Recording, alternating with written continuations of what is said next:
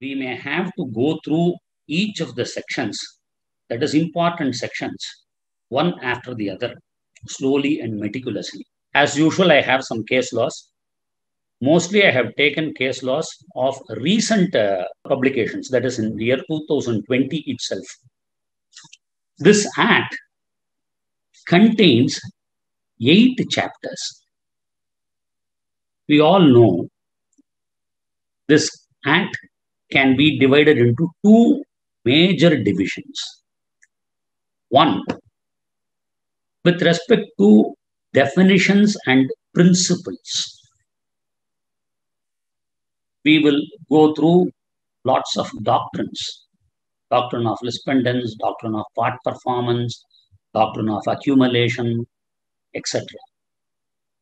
The other segment of the act is designed to focus on 5 major transfers.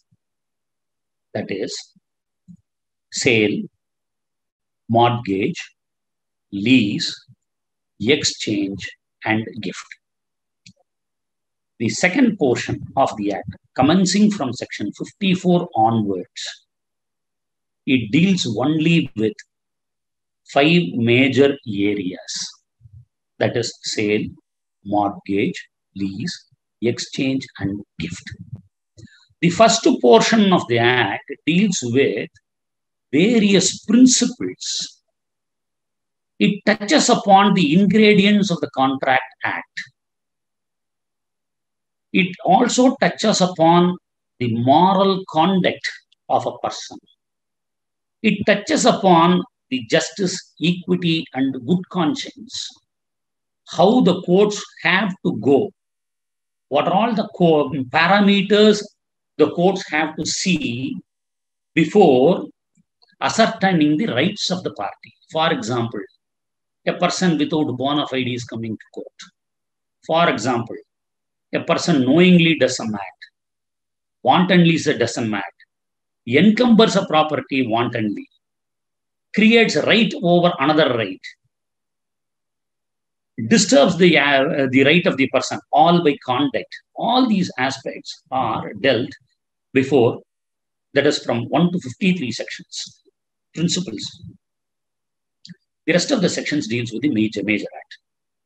Now, I will go through first 10 to 14 sections in this particular section. What it contains? It contains definitions. It contains transfer when can be made. And opposite of it, transfer when cannot be made. And who can give the transfer? Whether transaction like transfer can only be made in writing or can it be in oral? Just like that, can we sell the property by word of mouth? Then it is possible. Then comes if there is a transfer, if there is a sale or whatever it is. If property from one person goes to another person, and if there are some conditions to be fulfilled on the transfer, what are all the effects of it? All these issues we will go one after the other. Now, this act came into force in the year 1882. That is, after the enactment of the Contract Act. The Contract Act deals upon the rights and obligations of the party who enters into contract. In these type of transfers, what is contained in the second segment of the Transfer of Property Act is also in the nature of contracts between 2 parties or 2 or more parties. In a sale, we have a purchaser and a seller, 2 parties. In a gift, we have the same person. In a mortgage, in a lease. So minimum 2 or more parties are available to contract, and all these issues which are to be specifically focused or dealt under the Contract Act. Again, one more thing. In case of Specific Relief Act, Specific Relief Act is not a complete code. It deals with only certain right of interest or certain rights of the parties, specifically. Similarly, Transfer of Property Act deals with certain right of the parties with respect to certain issues, like the 5 major heads. Now, we can call it as general principles and 2 as specific transfers. Now we are going into the first limb of the general principles. This general principles contains the definitions. If at all you have the act on hand, that is a bare act is more than enough to understand the concepts involved in the forthcoming discussion. Now, நீங்க ஆக்டோட preamble பார்த்தாவே, that is, it tells about the contents of the act in 1 or 2 lines. Preamble. What it says, preamble says, it is always the transfer is by the act of parties. Act of parties, that means parties are in existence or parties are living at the time of the transaction when it happens. Parties to the contracts are living. What it says, it deals with certain part of law relating to the transfer of property by act of parties. Act of parties means what? One person to another person. Somebody writes, somebody takes. Somebody creates rights, somebody loses their right. One gives to another by act of parties. But suppose if there is no act of parties, what will happen? Imagine, by act of law. If it is act of law, how can we see it by act of law? Suppose a property goes for sale through court. The party, the borrower, does not want to sell and give it to discharge the debt. But what he does, he just keeps it. He remains still. He does not sell the property and gives it to the creditor. So now the court attaches that property, sells that property through the methods prescribed under law. So it is an operation of law. It is act by law. It is not act of parties. Insolvency proceedings, it is not act of parties. It is taken over by law itself. So, but this act says transfer of property by act of parties. So, as soon as we touch upon the Transfer of Property Act, only one thing should come in mind is whether the parties to the contract are alive. If they are alive, then this act will apply. If one of the party is not alive, example, will, testament, a person gives the property to the person he wanted to give, maybe within the family or out of the family. He writes a will. Whether this Transfer of Property Act will apply? No. Indian Succession Act will apply. So one person is living and another person who receives the property is not alive. So he may come later. So it is not operating by the act of both the parties. But in case of will, it operates on the will of the person, who has the property, and not on the will of the person who receives the property. So Indian Succession Act will apply on those conditions. Transfer of Property Act will apply where parties to the contract are alive. The exception is unborn child. That we will go in later. Now,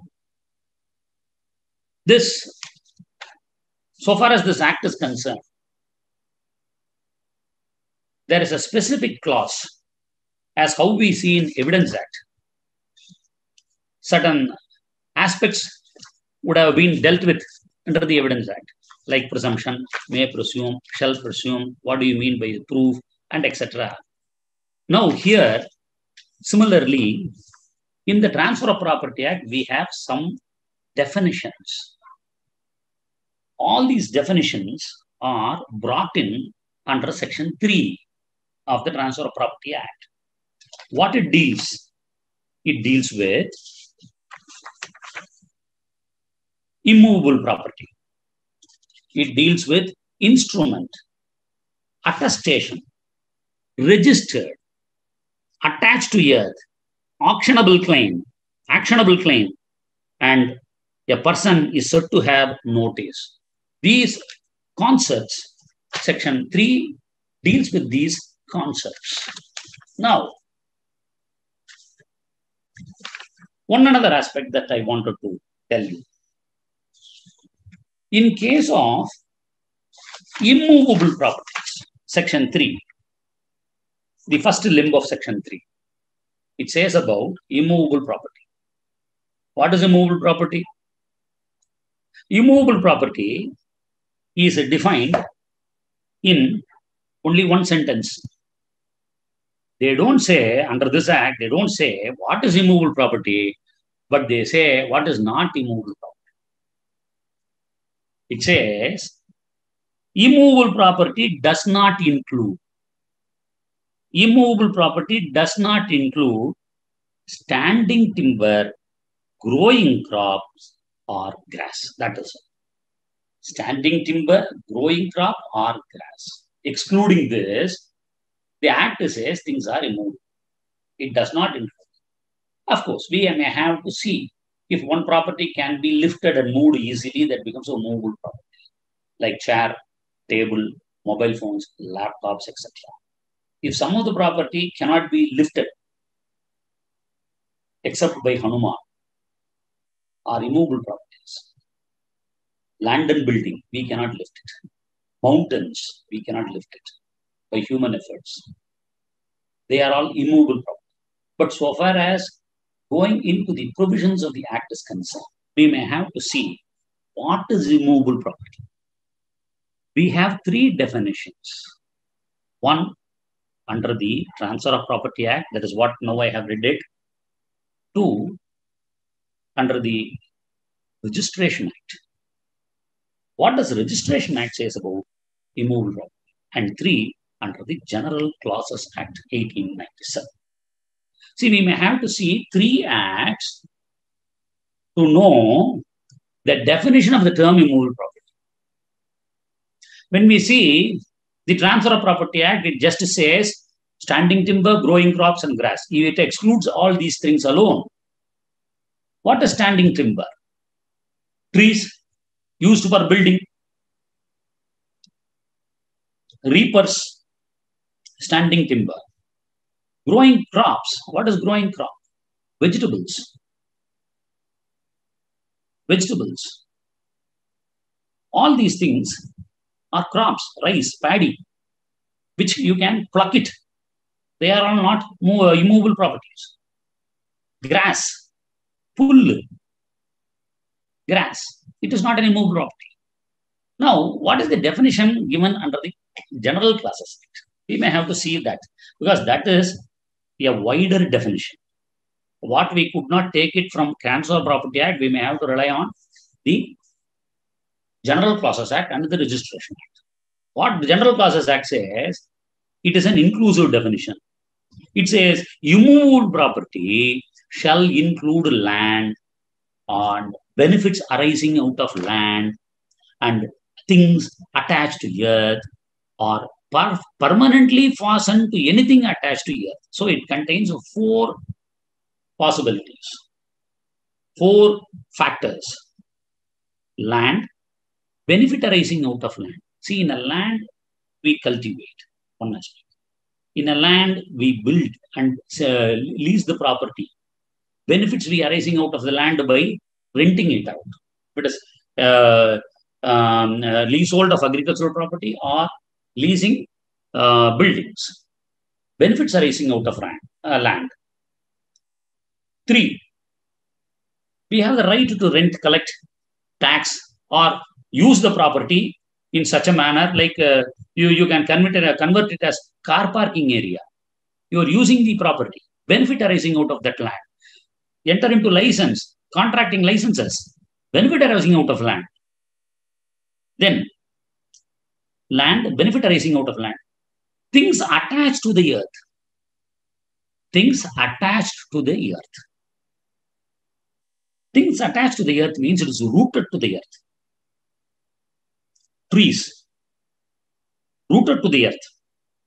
Things embedded in the earth. Wall, we dig foundation, create a wall, put up a construction. It's things embedded to the earth. Minerals, available inside the earth. And things fastened to the permanently fastened to the thing attached to the earth. See, in a building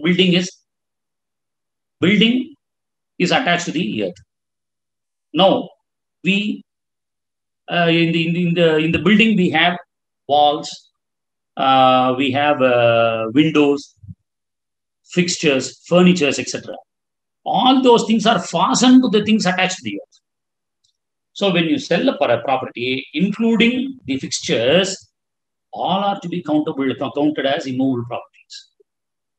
You hang a fan for several number of years, it will become an immovable property. So the idea behind this definition is just like that. You cannot say that no window, it can be detached. It is not a movable property. It is not an immovable property. We have to see it as an immovable property according to this definition. Same is in the case of Registration Act. What does Registration Act say? Registration Act says, it also says about inclusive, it has an inclusive definition.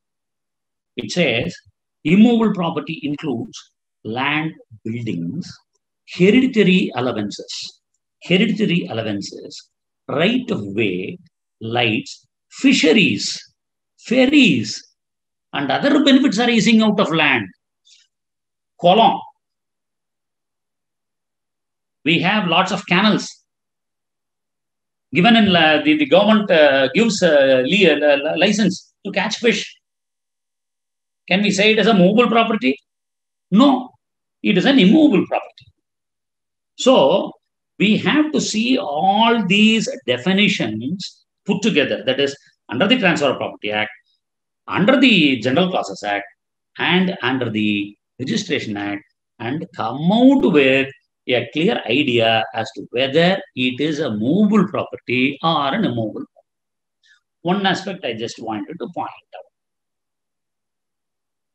I have already cited this example in my previous session, but anyway, that was the only example available with the case law. So therefore, I will re-quote it. It will be useful for those who have not attended that or had not taken note of that.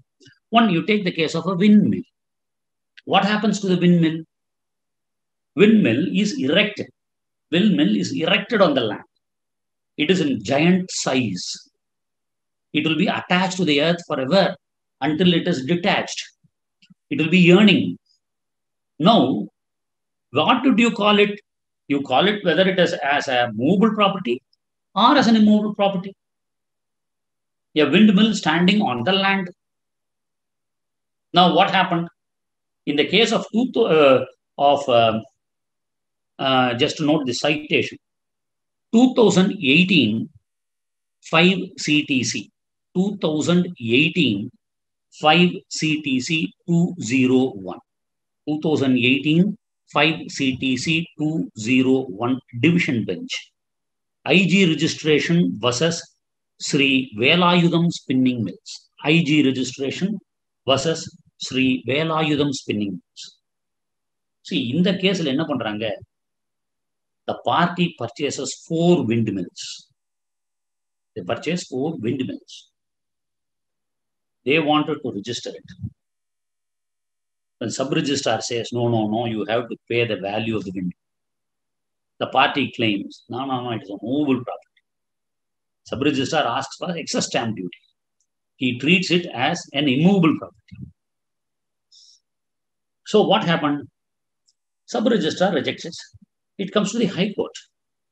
In High Court, single judge says it's a movable property. They come to the conclusion it is a movable property. Thereafter, it was appealed before the division bench. Division bench taking note of these definitions as to the thing attached to the earth, embedded to the earth, etc. They come to the conclusion, I will tell the case law again. They come to the conclusion that it is an immovable property. Windmill is an immovable property. 2018, 5 CTC, 2018, 5 CTC 201. So, you can also take note of another case law, AIR 2000. AIR 2000 Supreme Court. AIR 2000 Supreme Court 355.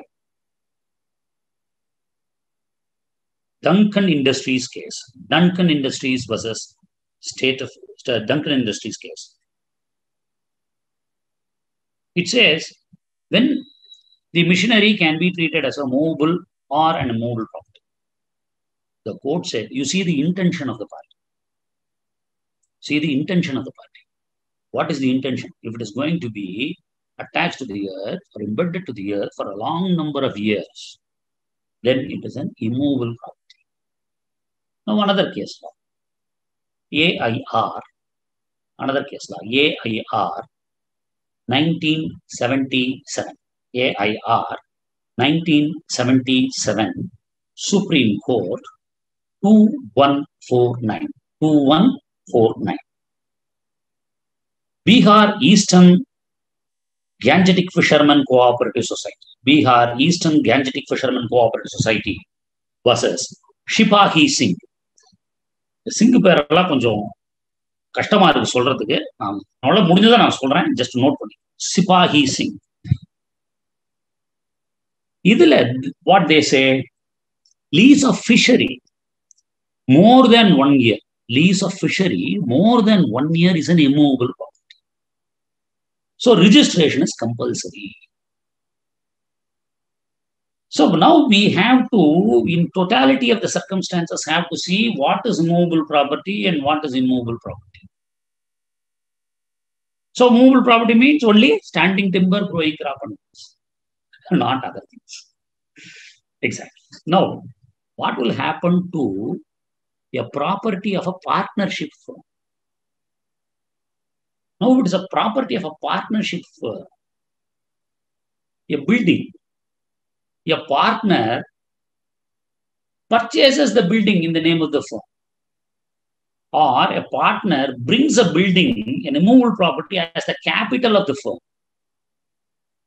In that case, if it is contributed as capital of the firm, then it has to be treated as movable property and not immovable property. Section 14 of the Partnership Act devises that procedure. 2017, 6 CTC, 2017, 6 CTC 337. 2017, 6 CTC 337. A. Abdul Rahim versus Dr. Francis Pinto. In this case, what happened was the original owner entered into a partnership with his son. They were doing business for several years. A land was put into the firm as capital. Some dispute arose between these two partners. It is quite unfortunate that father and son to be in a situation like that. Some understanding was, they came to an understanding, and son took that property on the dissolution of the firm. So dissolution of the property, a dissolution of the firm, the property came to the son. What happened? This father and son divided their properties, shared the capital, etc. Then shared the properties. Now what happened is, father executes a sale deed in favor of some third party. The third party, on the basis of the sale deed, he claims right. Says, no, in the registration it was not there. I have purchased the property. You see my sale deed. The father concerned had sold the property entirely to me. This was the fact. It was found by the court that it was not a sale voluntarily. It was some induced sale. The person was not in a mind to sell the property. Some fraud has happened. And one another issue was gone into.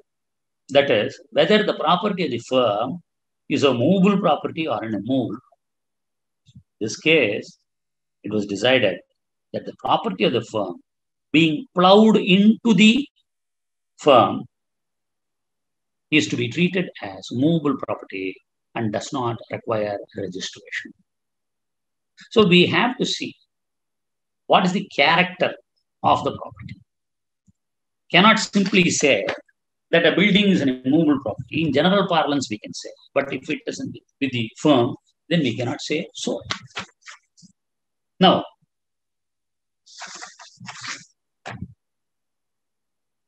but to simply understand, we can categorize a property which can be mortgaged as a security, a right to fishery, coal mines, tenancy rights are all immovable properties. Movable properties, what are the types? Crops, royalties, maintenance, interest, property of a firm are all movable properties. So, with this elaborate discussion on immovable property, let us now go into the next definition, instrument. It will not take this much time. Instrument. What does instrument means? Instrument means, it's a means definition. It says this is. Instrument means non-testamentary instrument. Instrument means non-testamentary instrument. Even if you don't have the book, do not worry, I can read it again and again to help you understand the contents in the Bare Act. Instrument means non-testamentary instrument. Why I am emphasizing this? See, previously we saw what is the ambit of this act. The ambit of this act is only between parties living, inter-parties. So, non-testamentary instruments are between inter-parties. Testamentary instruments are between parties who is one alive and the other person who is not a party to that instrument. So, Transfer of Property Act deals only with respect to non-testamentary instruments and not with respect to testamentary instruments. If any case comes on the basis of a testamentary instrument, we may have to rely on the Indian Succession Act and not the Transfer of Property Act. Two sections go similar, hand in hand. 13-14 of the Transfer of Property Act goes hand in hand with section 113 and 114 of the Indian Succession Act. Transfer to an unborn person and rule against perpetuity. That we will discuss. It will be an interesting issue. We will go through if we have time. Now, next is attestation. Attestation. The third definition is attestation. What it says? They say, why I am emphasizing is attestation in relation to an instrument. What they say, attestation in relation to an instrument. What is instrument? Non-testamentary instrument and not a testamentary instrument. So, attestation in relation to an instrument means, attesting means what? Nothing but you are seeing something, acknowledging that the signature is that person. Attestation.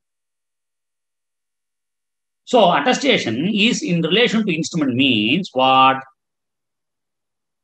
It shall be deemed always to have been meant by two or more witnesses.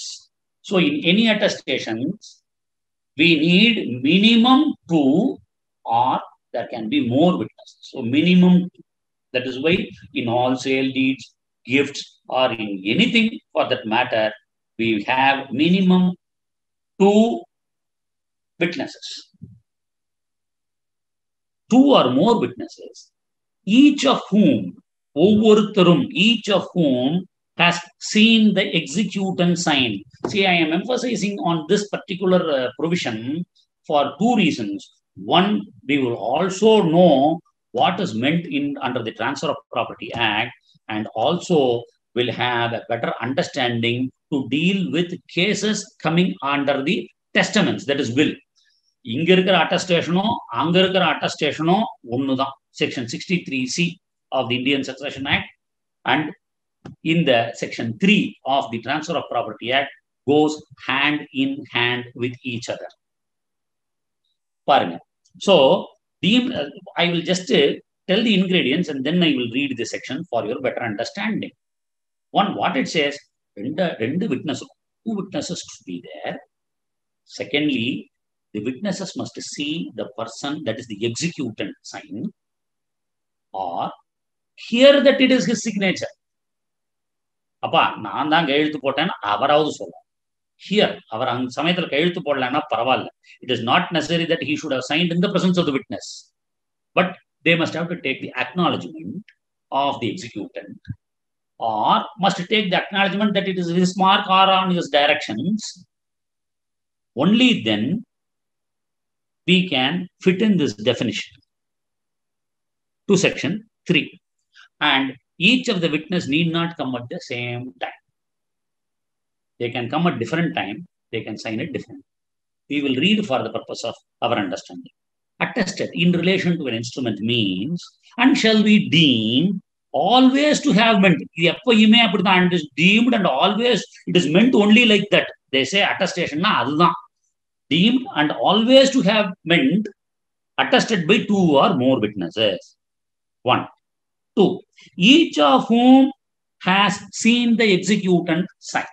ரெண்டு பேரும் பார்த்திருக்கணும். Each of whom have seen the executant sign or affix his mark to the instrument. கை நாட்டு வச்சிருக்கார், இல்ல ஏதோ ஒரு கொக்கியை போட்டிருக்கார், something like that is mark to his instrument, or has seen some other person sign the instrument. ஒரு ரொம்ப wonderful case ஒன்னு இருக்கு. I hope it is some Duraisamy Iyengar's case. I don't remember offhand. It says அந்த கேஸ்ல என்ன பண்றாங்க, will எழுதுறாரு ஒருத்தர். அந்த வில்லுல என்ன பண்றாரு, இவர் சைன் பண்ணல, வில் எழுதுறவர் சைன் பண்ணல. He asked somebody to sign. அப்பா நீ கையெழுத்து போடுப்பா. ஸோ அவரு போட்டுறாரு. இப்ப இந்த டெஃபினேஷனை வச்சு பார்த்தோம்னா இந்த ஒரு வார்த்தையை திருப்பி நம்ம படிக்கலாம். டு கெட் அண்டர் இது or has seen some other person sign the instrument in the presence and by the directions of the executant, or has seen some other person sign the instrument in the presence and by the directions of the executant. So somebody can sign on his direction, or has received from the executant personal acknowledgement of his signature or mark. So இவர் என்ன பண்ணணும், attest பண்றதுக்கு முன்னாடி S நான் வந்து இது என் கையெழுத்து தான், நீ போடு, yes I certify, yes it's my signature, you just sign as an attesting witness.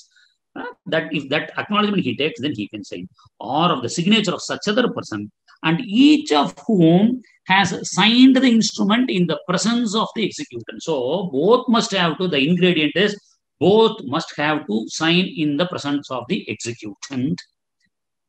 But it shall not be necessary that more than one of such witnesses shall have been present at the same time, and no particular form of attestation shall be necessary. So what they say, the witnesses ரெண்டு பேரும் ஒரே சமயத்துல வந்து sign போடணும்ங்கிற அவசியம் இல்லை. ஒருத்தர் after another வந்து sign போடலாம். அப்படி ஒருத்தர் ஆஃப்டர் அனதர் இன்னொருத்தர் வந்து சைன் போடும் போதும் ஒவ்வொருத்தரும் கேட்டுக்கணும், அப்பா இது உங்க கையெழுத்து தானே, நீங்க தானே இந்த வில்ல எழுதி வச்சீங்க, நீங்க தானே இந்த சேல் டீட் எழுதி வச்சீங்கன்னு கேட்டுக்கணும். You must have to take the personal acknowledgement of the executant. One, two, both need not come together. One can come at different time, and there is no particular form of attestation. They can just simply sign address, signature, that is sufficient. So attestation it is necessary for us to concentrate on this particular section for two reasons. One, for a practitioner or a practicing lawyer, it will be very helpful for those who deal cases coming under the testamentary areas. So you can just we will be able to understand what the witness say, whether they have seen it, whether the ingredients are satisfied. Now let us go into registered. Registered means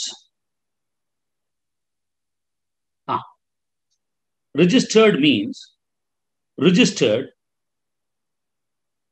under the law for the time being in force, regulating the registration of documents. See another point. When we read the Transfer of Property Act, sale, gift, mortgage, etc., we always deal with the Registration Act. If the document supposed to be registered is not registered, then it becomes inadmissible in evidence. So we harp on evidence as the Registration Act. Now you see section 2. Section 2D says two things. Registration means registered under the law for the time being in force. For us, we have the Registration Act mainly, or in the force, regulating the registration of documents. So this is the section. The other section we can just skip through because we have already dealt with in immovable properties. Attached to earth. Attached to earth means rooted in the earth, as in the case of trees and shrubs. Embedded in the earth, as in the case of walls and buildings. Rooted na trees. Embedded means walls and buildings. Attached to what is embedded for permanent beneficial of that to which it is attached. So attached to earth is the next concept. Now, I will just go little faster because I was concentrating more on these definitions for the very reason that we may have to know these definitions by heart. It will help us in practice, during practice. The next one is actionable claims. Actionable claims is, for a moment, can I say, ask anyone to say, whether can we sell a degree? Can we sell a degree? We can sell property. Can we sell a degree? One issue. Or I will put it in another way. It will be very easy to understand. Can we give a degree to some other person to execute the degree? Yes. Can we give a degree to some other person to get the money mentioned in the degree? Yes. So we can part with the degree for some consideration. If I could not collect the money, some 10 lakhs, as per the degree, I can say, see, I am assigning it to you. You take it, give me 5 lakhs and get away. You can. That is what practically it has been done. They sell the degree. Now, actionable claims means it is a claim over a debt. A claim over a debt, and that should be movable. Claim over a debt, and that should be movable, except mortgages or a security created. Actionable claims does not include mortgages or a security created. We will read along with section 130 of the same act later. Now, one another interesting thing to note in this actionable claim is it is to be recognized by court. That is what the provision says.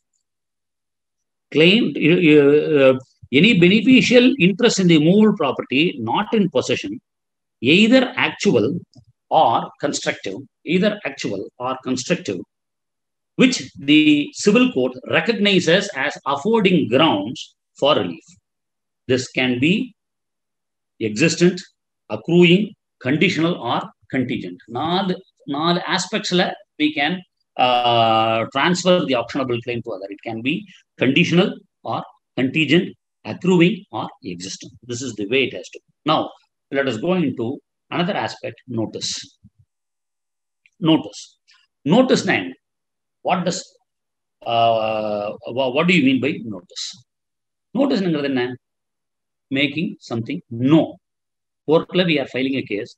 Someone he comes to know about the proceeding. That is notice. Notice of the proceeding in the civil court. So now, what is notice under the transfer of property? Because here, this is yet another important aspect which will help bona fide purchasers for value. Who has purchased the property, when can he say that he has notice, and when can he say that he did not have notice, whether whatever he says is valid or not, it is to be tested on the principle of this section. What does it say? It says, in the definition, it only says said to mean. A person is said to have notice. It does not say you have notice. A person is said to have notice. Then he has notice. One, he must have had actual notice. Legal notice. He receives it. He reads it. He has actual notice. Or he avoids it. He tells the postman, he anticipates some problem.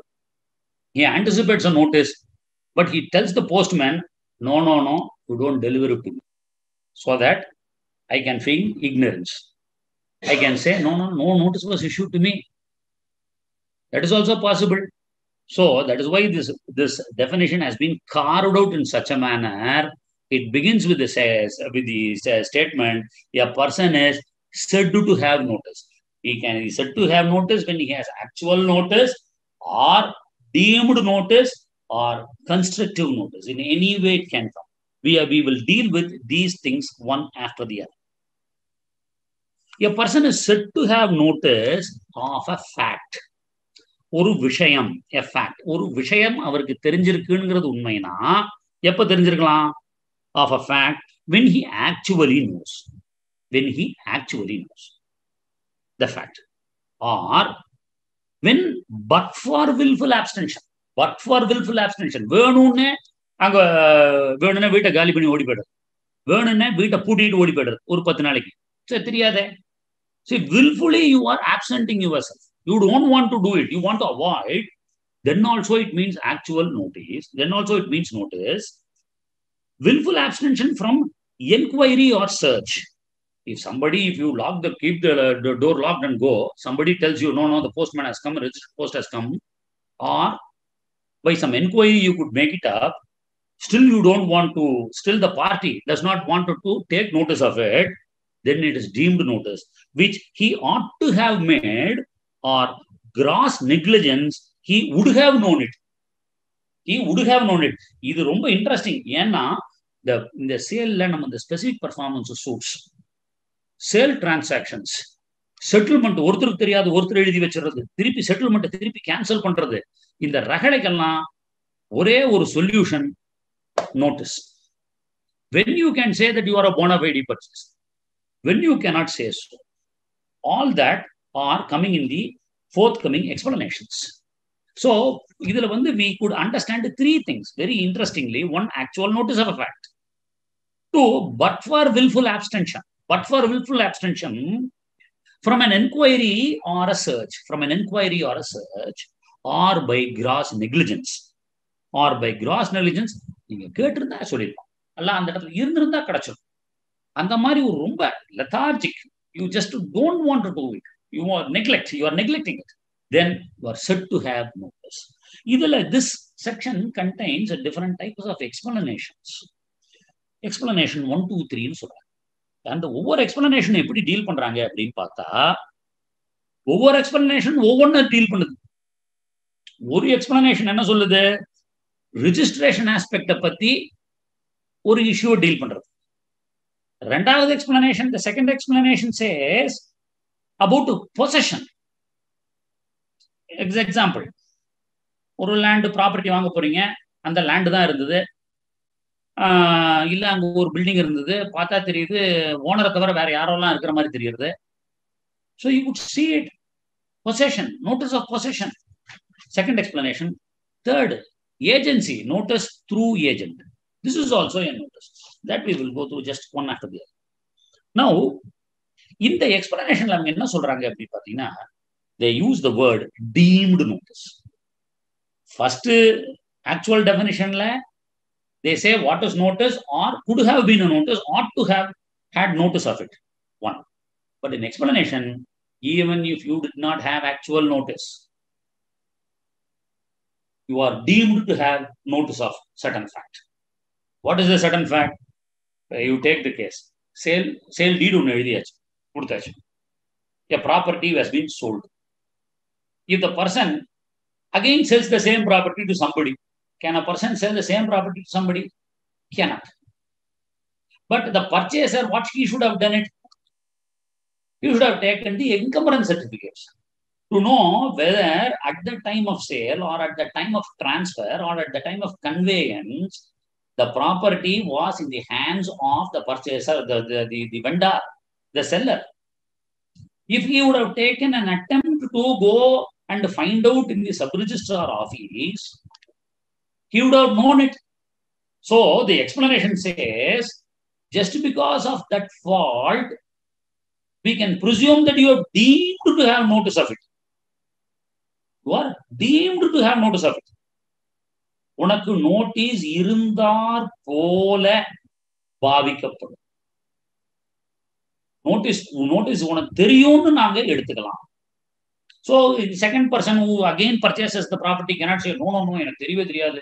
I am bona fidely, I have parted money, I have bona fidely purchased. But for his exercise of going to the sub-registrar office and getting the information, that is explanation one. அப்ப அவங்க 2-3 விஷயத்தை சொல்றாங்க இந்த section, இந்த registration ஆஸ்பெக்ட்ல. What they say is, எப்படி இருக்கணும்னா, suppose property மெட்ராஸில் இருக்கு, மெட்ராஸ் ஆபீஸ்ல தான் நீங்க சர்ச் பண்ண முடியும். வேற எங்கேயோ சர்ச் பண்ணா that is not right. Suppose if this property is situated in 2 districts, Madras and Tiruvallur, Madras and Kanchipuram, upper and then what to do? You have to see both the registration office. A property can be registered in one registrar office alone, excluding the other. So we have to see that. Or if a notice has been sent by one registrar to the other registrar to notify that the property has been sold. So all these aspects have to be seen, else it is deemed notice. So a person is deemed to have notice of such instrument from the date of such registration. What do you mean by registration? Assuming another aspect. Property register பண்றோம், pending document போட்டாங்க, want of stamp duty. Stamp duty இதாயி perfect இருந்து, or some defect sub-registrar points out, he says, no, I cannot register this document, something is wrong.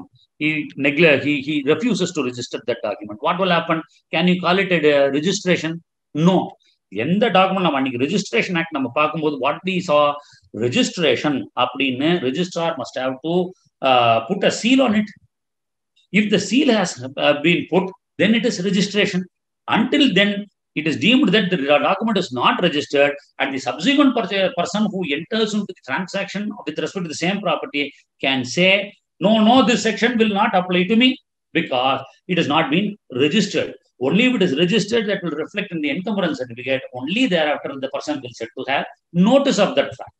So registration means must have to come within the definition of section 28 to 31 of the registration act. Else it is not a proper registration. And that must find place in the books. Respective books we can see it as we can take it as a notice of notice as made in section 3 of the act. Section explanation 2, what it says? Explanation 2 says about the deemed notice of possession. Deemed notice of possession. A person is said to have notice if he sees somebody in actual possession. இடம் கொடுக்குறோம், லேண்டுன்னு கொடுக்குறோம். அந்த இடத்துல ஆனால் இவர் நேராக போய் பார்த்தா பில்டிங் இருக்கு. Does not the character of the property is changing from what it has been in the document? So, if suppose a person purchases the property, if somebody is there in the property, when an owner said that he is having only one property, now somebody is there. We have to now check whether he has encumbered the property to somebody. So, if he knows that there is somebody is in possession of actual possession, then also section 3 will come into force of that he is deemed to have. Why I am emphasizing these points is for practitioners, while cross-examining or while getting the evidence of certain type of facts that we may have to in the specific performance suits, often we are countering only these things. In specific performance suit, when the contract is in force, somebody enters into the property, somebody negotiates with the original bond, somebody encumbers the property. Now, can we put in all these aspects to strengthen our case? Is my ending. Explanation 3. What does explanation 3 says? Notice to agent is notice to the concerned person. Notice to agent is the notice to concerned person. It is also deemed notice. A person shall be deemed to have notice of any fact if his agent acquires notice thereof while acting on his behalf. If the agency is in force, if the agency is continuing, if the agency is alive, then notice to that agent is deemed to be the notice to the principal. Unless the agent defrauds the principal, conceals certain things wantonly, provided that if the agent fraudulently conceals the fact, the principal shall not be charged with notice thereof as agent against any person who was a party to or otherwise cognizant of fraud. So, in the one explanation, one exception. So, what is notice? Notice means actual notice, constructive notice, deemed notice. What is deemed notice? Explanation 1, 2, 3. Explanation 1 deals about registration. Explanation 2 deals about actual possession. Explanation 3 deals about notice to agent is equivalent to notice to principal unless there is a fraud or concealment. This is the thing. Now, while I was mentioning about the definition registered, I said 2 things to be seen. Registered means registered under the law for the time being in force, regulating the registration of that. We have to link this particular section 3 to section 4. I mentioned it as 2, I'm sorry. Section 4. Section 4 பார்த்தோம்னா என்ன சொல்லுதுன்னா, enactment relating to contracts to be taken as part of the Contract Act and supplemental to the registration. So in the Transfer of Property Act, it has 2 varied aspects. One, these type of contracts are to be taken. We have to see the principles of the Contract Act and supplemental to the registration. Contract Act oda force இருக்கும். எப்படி இருக்கும் அப்படின்னா, person competent to contract must have to contract. The person who is of unsound mind, voluntary, coercion, in the aspects allame are recognized under the Contract Act. So all these principles will apply. Enactment relating to contracts to be taken as part of Contract Act. So that will apply. Now, we will go into the main issue. Even though I have taken almost an hour to go into section 3 alone, I personally thought it fit that the explanation of this section 3 in divergent aspects will help all of us to understand the nuances contained in just 2 pages of this Bar Act. 1 or 2 pages of this Bar Act contains such a lovely material So many ingredients, essentials for us to tackle our daily issues before court. Now, chapter 2. The chapter 2, what it says, it says about transfer of property by act of parties. Transfer of Property Act only for act of parties. It does not deal with testamentary rights. Testamentary instruments, rather non-testamentary instruments between act of parties. In the act of parties, we may have to note a very important term. Inter vivos. Inter vivos means living persons. Aதாவது transfer of property happens only, Transfer of Property Act applies only for living persons. It applies only to living persons. It's a transaction inter vivos. Other transactions, when the respective laws will take the role. Example, நான் சொன்ன மாதிரி insolvency, அந்த பக்கம் போயிடும். Operation of law. ஒன்றும் இல்லை. இப்போ இந்த டெஃபினேஷன்ல ஒரு செகண்ட் போர்ஷன் ஆஃப் த டெஃபினேஷன்ல வந்து you will be able to understand what is a living person, where this act will apply, where not will apply. பாருங்க, ஒரு நாலு லைன் தான் தந்திருக்காங்க அந்த செக்ஷன் 5ல. Section 5 contains 2 parts. First portion ஒரு 4 line, second portion 4 line. இந்த 4 லைனுக்கே we may have to discuss so much to understand the provisions of the section. What does it say? This particular chapter deals with movable properties as well as immovable. Chapter 2. So, it contains 2 portions. A deals with mostly movable and immovable properties. Section 5, I am very watchful. It is now 4 o'clock. I will try to condense my contentions and try to complete it by 4:15. The leftover, we can have it in the next part. I hope it will be even more interesting because we will be dealing with conditions later. Actually, my original plan was to somehow go through till section 14, that is unborn person, and till perpetuity. But anyway, I should not also hold you for long, and the sessions should be bearable and not unbearable. So I wish to have my own, limit myself to that extent. Now, let me read it, section 5. Section 5, what it says, transfer of property means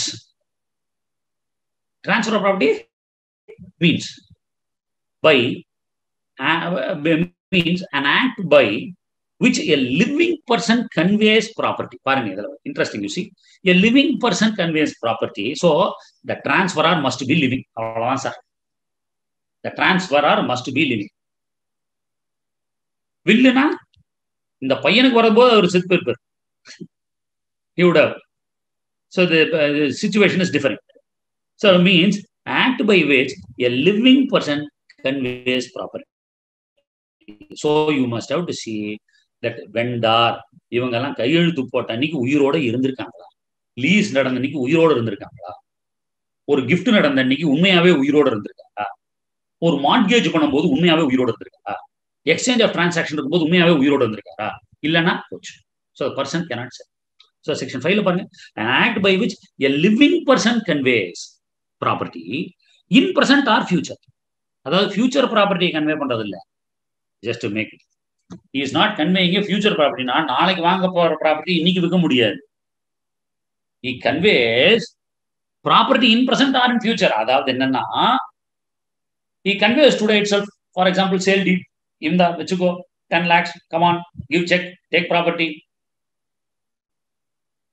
Or conveys in future. No, let me have it for some time till my lifetime. I am gifting it to you. Transfer. Gifting it to my grandson. Gifting it to the son. So, conveys any property in present. Today itself, I am conveying it. Happily take the money. Or convey it at a later point of time. Postpone the enjoyment of another person. Convey it after some time. So, in present or in future, to one or more living persons, to one or more other living person. So you can convey the property. இது பாருங்க, இந்த ஒரு definition will help you to understand section 13 and 14 very well. Transfer to unborn person. அதுக்கு இந்த section ரொம்ப useful. So conveying the in present or in future by one living person to one or more other living person, and one or more other living person, and to transfer property is to perform such act. This is one definition. This is the first portion of the definition. That is, what it says is, a living person can sell it to or can transfer the property to one or more other living person. The property can be, he can convey it in present or future. Property must be in existence. That is the fact.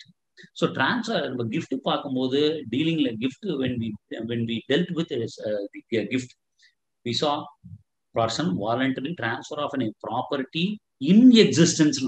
அந்த வார்த்தை பார்த்தீங்கன்னா, டெஃபினிஷன்ல பார்த்தோம்னா section 116ல நம்ம பார்க்கும்போது, 126ல பார்க்கும்போது in existence அப்படின்றோம். So a property should be in existence on the date of transfer. இதோட second segment of the section is even more important to understand testamentary and non-testamentary succession. Way of dealing and operation of law and by act of parties. In this section, living person includes, living person means companies, body of individuals, associations, incorporated or not. They are all living persons, but shall not, but nothing herein contained shall affect any law for the time being in force relating to transfer of property to by companies, association, or body of individuals. So, but nothing herein contained shall affect any law for the time being in force relating to transfer of properties by companies. See, another fact. You saw, see, one living person to another. The company is, if a firm is dissolved or if a company is, how would I say, wound up. How? So if a company is wound up, by operation of law, IBC code or whatever the authority concerned, he takes charge and does it. So it is not the company itself is not going to sell the property. So this is section 5. Now, in the act that is AIR 2004, AIR 2004 Supreme Court, AIR 2004 Supreme Court 2206, AIR 2004 Supreme Court 2206. What it says, AIR 2004 Supreme Court 2206, Bharat Petroleum Corporation versus P. Kesam. Bharat Petroleum Corporation versus P. Kesam. In there, they say that Transfer of Property Act has no role to play in case of properties being transferred by operation of law. So, if some other act is to